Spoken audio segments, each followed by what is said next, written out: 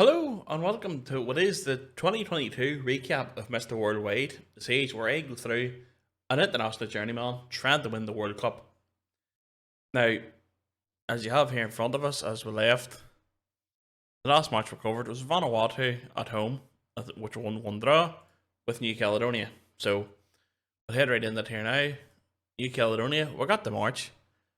First match was against the Cook Islands, 1-1 draw. Needed a penalty, so wasn't overly great. Conceded the early goal and didn't play well.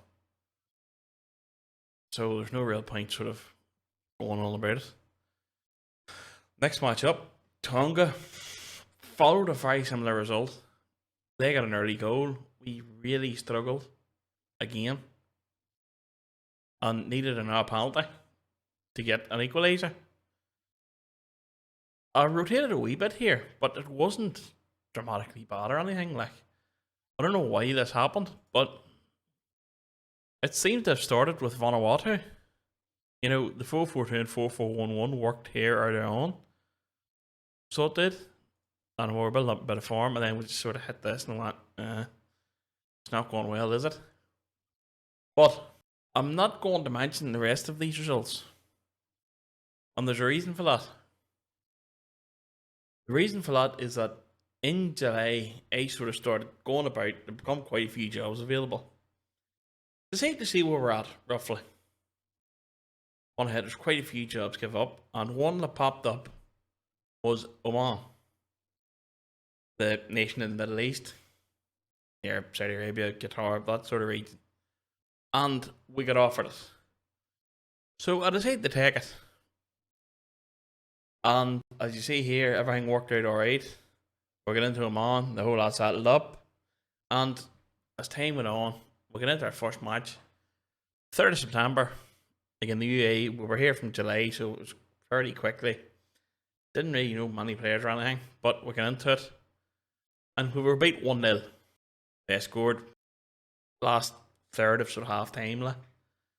So, and there was not much in this match for us. Now, I'm not making excuses here, but UAE are 43rd in the world, whereas we, although we're top 100, we are, if I can pull it up here, so we were in the top 100, we've now dropped outside it due to these performances, so it's quite a lot. The UAE job, I think, did come up because the Asian Cup qualifying went by, but still were not playing well. So they weren't. In fact, we should be able to look at the previous manager. See where he ended up. Managers. Franko Ivanovic, he just retired. That was it. We come in 10th of July, that's it confirmed. And we did not hit the ground running. In fact, the match after, Cambodia, 2-2 draw, conceded 2 late goals, and it's even worse because Cambodia are 173rd in the world. I'm aware this is behind where I'm at the minute on screen, but you can see it down here. You can, and it is not good. Although, if that was the worst, it wouldn't be too bad. But it did get worse. Turkmenistan, 0-0 half time, they scored pretty much immediately afterwards. We equalised 20 minutes later, and then they scored again near the end.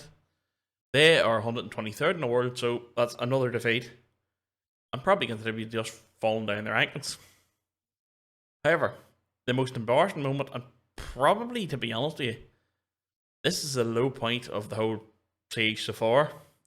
Kuwait beat us 3-0.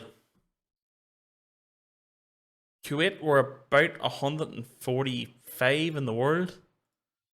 They're 141. Nope, I was wrong. They've been 140, 141 for a while, but still, shouldn't have been beating us 3-0. Got the early goal.